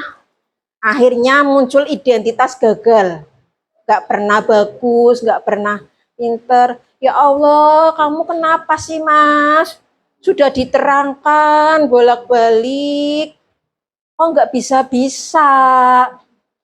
Lah teman-temannya sudah pada bisa, kamu belum bisa, ngomongnya halus, kayak nggak marah-marah. Tapi anaknya muncul identitas gagal. Ya aku kok selalu orang pinter, selalu terlambat. Atau ya Allah mas, kamu kok senengannya kepenekan. Penekan terus. Lari-lari ke sana ke sawah. Ustazahnya capek. Ya. Nanti teman-temannya kamu yang di kelas gimana Ustazah tinggal. Nah, gitu. Nah, tadi banyak yang milih di posisi ini. Teman ya. Guru pada posisi ini tidak akan menyakiti murid, namun akan tetap berupaya mengontrol murid melalui persuasi. posisi teman pada guru bisa negatif, bisa positif. Biasanya guru dengan posisi teman, kalau ada anak yang melanggar, dia akan mengatakan, kamu kenapa terlambat lagi? Ya Us, maaf Us, tadi malam itu tidurnya kemalaman, habis ada hajatan sih di rumah. Ya sudah, besok jangan diulangi lagi ya. Kan kamu sudah janji sama Bu Guru, besok-besok nggak akan terlambat. Kayak menganggapnya kayak teman, ya. Tapi kurang bagusnya, biasanya kalau di dalam satu sekolah itu, nanti dia ketergantungan dengan guru yang tadi mengambil posisi teman. Dia tidak akan bisa diarahkan oleh guru yang lain. Kalau dengan guru tadi dia nurut, kalau dengan guru yang lain kurang nurut. Kemudian posisi pemantau. Nah, kalau posisi pemantau orangnya gestur tubuhnya biasanya kalau posisi guru yang mengambil ini gestur tubuhnya itu wajahnya datar, tegas, nggak minyak-minyi, ya. Biasanya kayak gini. Tadi kasusnya Adi ya. Adi, tahukah kamu jam berapa kita mulai pelajarannya? Nanti Adi jawabnya, tahu Pak. Terus kamu terlambat berapa menit ini? 15 menit. Apa kamu sudah tahu konsekuensinya? Nah, ini hubungannya dengan konsekuensi. Biasanya berdasarkan pada peraturan-peraturan dan konsekuensi. Karena kamu datang terlambat 15 menit, jam CB terlewat, maka kamu harus tetap mengikuti jam CB tapi sendirian. Di luar mana? Di luar teras. Ini yang sering kita praktekkan. Konsekuensinya apa? Ada anak yang tidak menjawab tidak selesai tugasnya, kemudian harus merelakan waktu istirahatnya. Karena kamu belum selesai, maka sebagai konsekuensi yang lain boleh istirahat, kamu tetap di kelas mengerjakan sampai selesai. Biasanya anaknya akan nurut. Kalau yang takut, ada juga yang nggak adil Ustazah. Oh, ini haknya anak kok makan snack kok dilarang. Itu tapi sambil mudeng-mudeng mengerjakan. Ya. Kemudian posisi yang terakhir adalah, nah ini sebagai manajer. Posisi di mana guru berbuat sesuatu bersama murid, mempersilahkan murid mempertanggungjawabkan perilakunya, mendukung murid untuk menemukan solusi atas permasalahannya sendiri. Dan seorang manajer ini sudah punya keterampilan sebagai teman dan sebagai pemantau. Jadi dari kelima posisi ini, kira-kira posisi mana yang letaknya paling tinggi, paling ideal? Manajer. Di bawahnya manajer, pemantau. Di bawahnya teman. Ada kalanya anak-anak tidak bisa kalau kita manajer. Khususnya kelas 1, 2 mungkin susah kalau manajer ya. Jawabannya meranam. Nah, mungkin kita ambil pemantau tidak apa-apa. Nah, tidak harus manajer. Idealnya manajer. Nanti berlatih teman, berlatih pemantau, dan idealnya adalah sebagai manajer. Jadi guru itu ya emang manajer juga. Kalau kepala sekolah adalah manajer untuk sekolah, kalau guru manajer di kelas. Ya. Nih contoh penerapan 5 posisi kontrol guru. Kasusnya sama, siswa tidak dapat menyelesaikan tugas dengan tepat waktu karena asik mengobrol dengan teman. Ini juga sering terjadi. Dan kalau penghukum marah-marah, lari, keliling lapangan 10 kali. Kalau pembuat merasa bersalah, berapa kali Ustadz harus memberitahukan kamu selalu saja mengecewakan Ustadz. Ada statement kamu selalu saja mengecewakan. Anaknya kan merasa bersalah. Kalau teman, ini gimana tadi? Kalau teman, ayo dong ikuti aturan sekolah, tolong bantu Ustadz atau Ustadzah ya. Ya sudah, nggak apa-apa, lain kali jangan diulangi lagi. Dan kalau sebagai pemantau, konsekuensinya. Kamu sudah melanggar peraturan kelas. Kamu tahu konsekuensinya? Kamu belum boleh istirahat. Kamu harus menyelesaikan tugas kamu dahulu. Dan kalau seorang manajer, apakah kamu tahu kesalahan kamu? Kira-kira bagaimana kamu memperbaiki kesalahan? Jadi diajak apa? Kalau manajer diajak apa anaknya? Diajak komunikasi, diajak berpikir untuk mencari tahu kira-kira solusinya apa. Mirip-mirip ini, mirip-mirip coaching. Apa yang dulu kita belajar itu.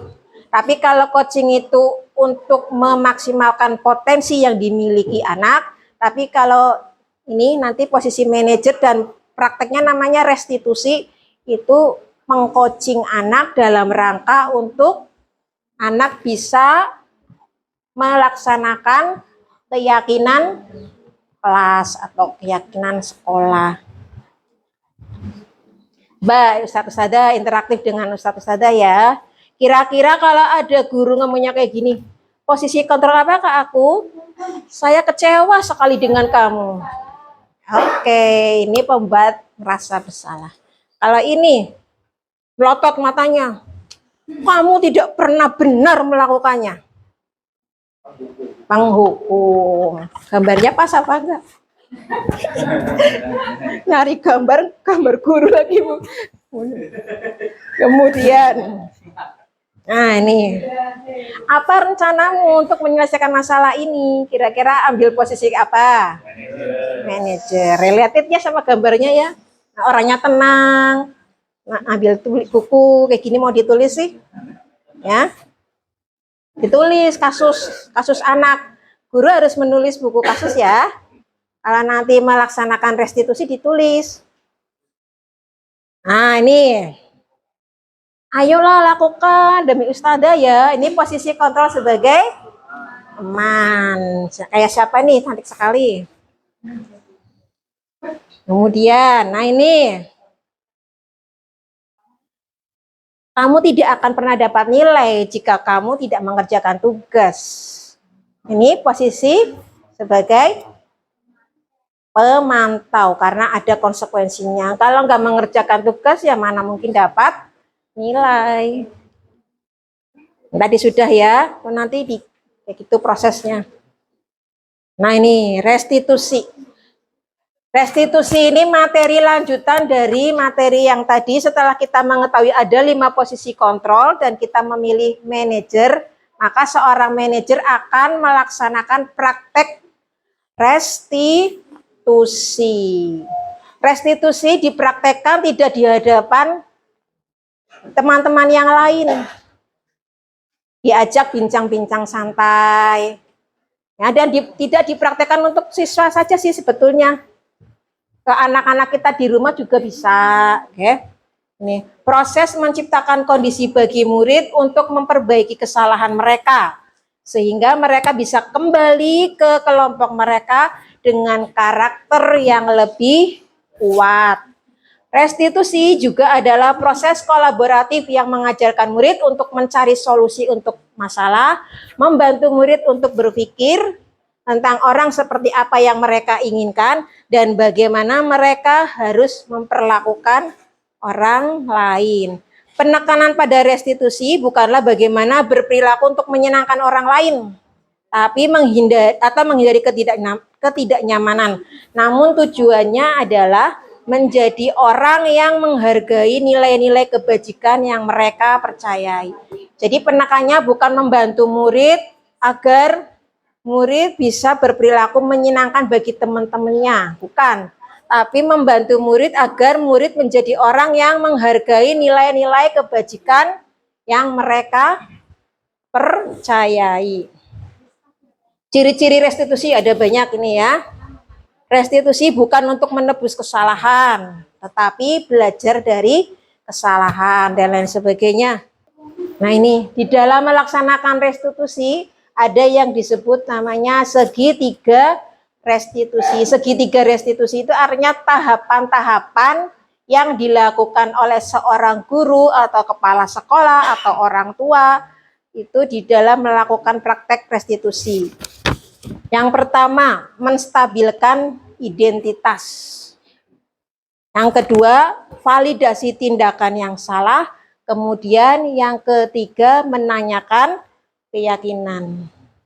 Menstabilkan identitas dilakukan berdasarkan prinsip membuat kesalahan adalah bagian dari proses pembelajaran. Biasanya dengan perwujudan kalimat-kalimat yang seperti ini. Berbuat salah itu adalah hal yang wajar. Jadi anak tidak akan merasa aku itu anak yang nggak benar, anak yang nggak baik. Orang lain belum melabeli, anaknya melabeli diri sendiri dulu. Aku nakal kok pancen. Ya. Nah, kita sebagai guru ketika mempraktekkan restitusi, kita kuatkan ini. Tidak ada manusia yang sempurna. Ustadz-ustadzah juga pernah melakukan itu, atau dengan kalimat ini. Ustadz-ustadzah tidak mau mencari siapa yang salah. Tapi ustadz-ustadzah ingin mencari solusi dari permasalahan ini. Atau kalau kita dengarkan dulu dia bercerita apa, nanti kamu berhak merasa seperti itu. Kadang kan ada anak misalkan mukul temennya, kita restitusi, kemudian anaknya, Mas, tadi ustadzah mendengar katanya kamu di kelas marah-marah. Nanti anaknya cerita, ya tadi aku marah-marah. Terus tadi marah-marahnya kamu ngapain aja? Oh, tak tonjok temennya. Oh ya Allah, ditonjok temennya. Iya, aku berantakin bangku-bangkunya. Kira-kira kamu melakukan seperti itu karena apa, Mas? Habis aku dituduh sih, gitu, misalkan. Nanti gurunya dituduh apa? Misalkan, aku dituduh nggak mau piket, jadi aku marah. Padahal aku piket. Hanya saja mereka datangnya nggak. Pas aku piket mereka belum datang, aku dituduh. Nanti gurunya mempraktekkan menstabilkan identitas, bilangnya, wajar sih kalau kamu marah. Dituduh itu nggak enak ya? Iya, Nah ini nggak apa-apa, distabilkan dulu identitasnya. Ya, tapi kemudian nggak berhenti di situ. Kalau berhenti di situ ya, berarti nggak apa-apa marah-marah. Tapi kita lanjutkan ke tahapan berikutnya. Validasi tindakan yang salah. Ini dilakukan berdasarkan prinsip setiap perilaku berupaya memenuhi suatu kebutuhan tertentu. Ini ada kaitannya dengan materinya Ustazah Ida tadi. Memahami 5 kebutuhan dasar manusia. Iya, jadi emang semua itu saling terkait. Dengan ditandai dengan menanyakan kalimat seperti ini. Kamu pasti punya alasan mengapa melakukan hal itu. Padahal kamu bisa melakukannya lebih buruk. Misalkan ada anak yang marah-marah, kemudian dia hanya marah-marah lewat verbal. Nanti gurunya bisa, padahal tapi Ustazah bersyukur loh. Kamu hanya marah-marah lewat kata-kata ya. Tadi nggak mukul temennya kan? Enggak lah masa aku mukul sih? Aku tadi ngomong kenceng tapinya aku malah ngomong binatang-binatang Biasanya anak kalau gitu, yang penting nyaman. Karena tadi merasa tidak dijat, tidak dihakimi kan nyaman. Akhirnya bisa mengalir cerita-cerita. Berikutnya kalau sudah nanti diingatkan. Kira-kira yang kamu lakukan tadi sesuai tidak dengan keyakinan kelas kita? Nah, apa keyakinan kelas kamu? Apa keyakinan kelas kita? Nilai-nilai apa yang telah disepakati bersama?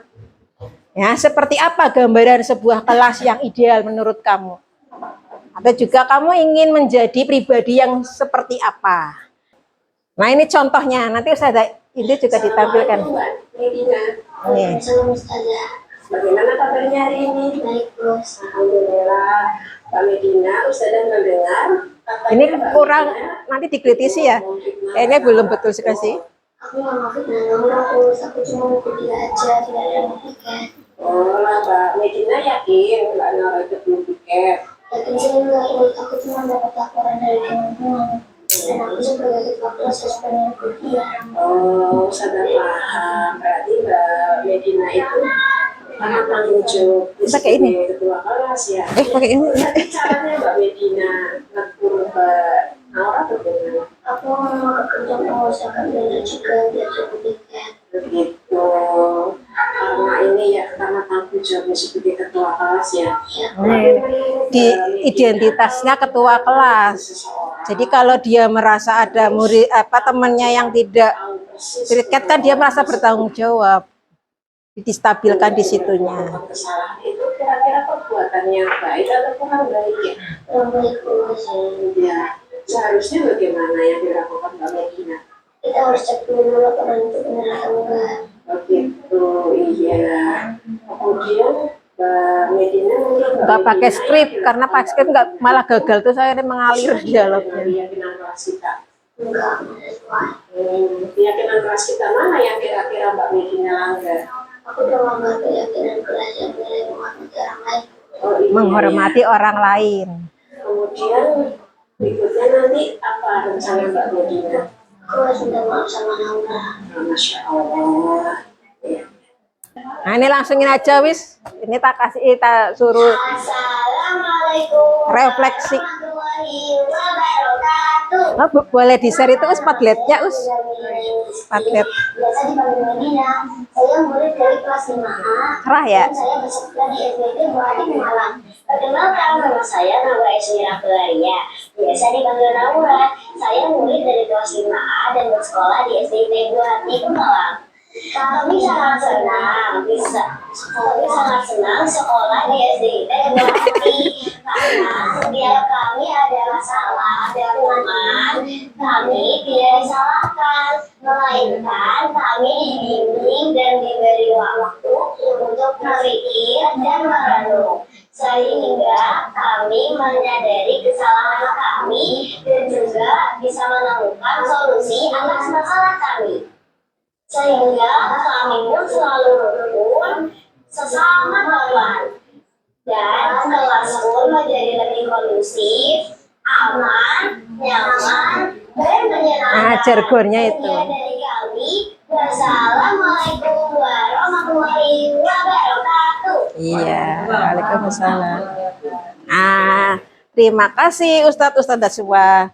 Salam guru penggerak, tergerak, bergerak, dan menggerakkan.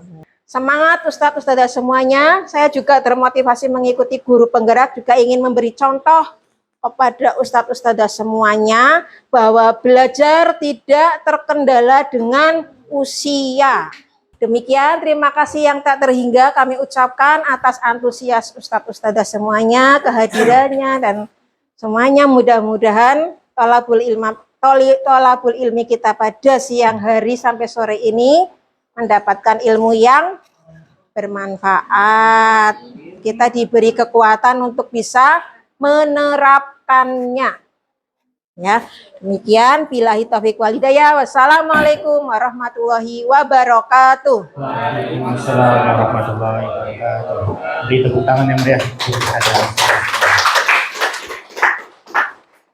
Jazakillah khair, kami ucapkan kepada Ustazah Siti Sumaro SPDI yang sudah menyampaikan dua materi terakhir dari konsep inti budaya positif, yaitu posisi kontrol guru dan restitusi. Dari semua materi yang sudah disampaikan oleh ketiga pemateri kita, saya menyimpulkan ya, intinya sebenarnya budaya positif di sekolah itu sudah ada, sekolah kita ini sudah ada, ya. Tinggal bagaimana menumbuhkan motivasi, keyakinan, dan konsistensinya. Gitu saja. Ya, itu saja mungkin dari saya. Alhamdulillah, semua rangkaian acara sudah kita lalui bersama. Selanjutnya kita menginjak acara yang terakhir, yaitu penutup. Berhubung waktunya juga sudah sore dan masuk waktu asar juga. Ya. Mari kita bersama-sama tutup acara kita pada hari ini dengan bacaan hamdalah. Alhamdulillahirobbilalamin. Istighfar 3 kali. Astagfirullahaladzim, astagfirullahaladzim, astagfirullahaladzim. Dan doa penutup majelis. Subhanallahumma wa bihamdika asyhadu an la ilaha illa anta astaghfiruka wa atubu ilaik. Saya selaku MC mohon maaf apabila ada salah kata dalam segala penyampaiannya. Terima kasih. Assalamualaikum warahmatullahi wabarakatuh. Wassalamualaikum warahmatullahi wabarakatuh.